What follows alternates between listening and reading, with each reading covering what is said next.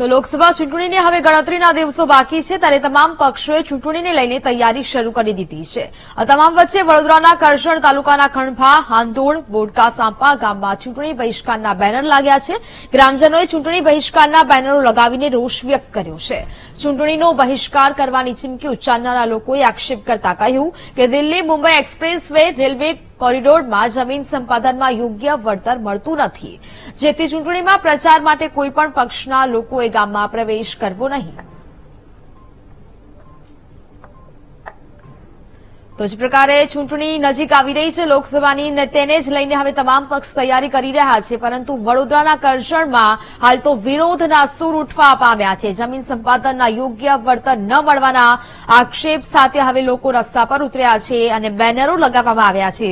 ચૂંટણી બહિષ્કારની પણ ચીમકી ઉચ્ચારવામાં આવી છે. ગ્રામજનોએ બહિષ્કારના બેનર લગાવ્યા છે.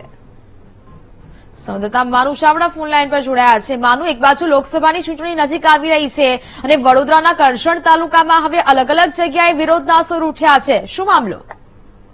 નેહા, વધુ એકવાર વડોદરા જિલ્લામાં હવે બેનર લાગ્યા છે.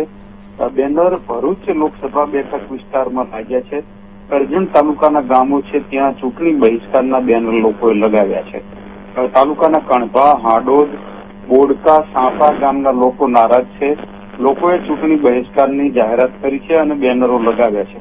દિલ્હી મુંબઈ એક્સપ્રેસ રેલવે કોરિડોરની જે જમીન સંપાદન થઈ એ મુદ્દે વળતર ઓછું મળ્યું છે અને એના કારણે ગ્રામજનો નારાજ છે. ગ્રામજનો દ્વારા ચૂંટણી બહિષ્કાર કરી અને ગામમાં બેનર લગાડ્યા છે. કોઈ પણ રાજકીય પક્ષના નેતાઓએ ગામમાં ચૂંટણી પ્રચાર માટે આવવું નહીં, પ્રવેશ કરવો નહીં, એવા બેનરો લગાડ્યા છે. તંત્ર માટે હવે માથાના દુખાવા સમાન આ ઘટના બની છે, પરંતુ લોકો છે પોતાની 5 વર્ષ દરમિયાન જે રજૂઆતો કરી છે એનો ઉકેલ નથી આવ્યો અને એના કારણે ચૂંટણી સમયે પોતાની વાત રજૂ કરવા માટે આવી રીતે બેનરો લગાવી રહ્યા છે. આ 5 ગામોમાં અત્યારે લોકોએ બેનર લગાવી અને લોકોએ ગામમાં પ્રવેશવું નહીં નેતા હોય એવા જ બેનરો લગાવ્યા છે. જી નેહા. બિલકુલ માનુ, જાણકારી બદલ આપનો આભાર.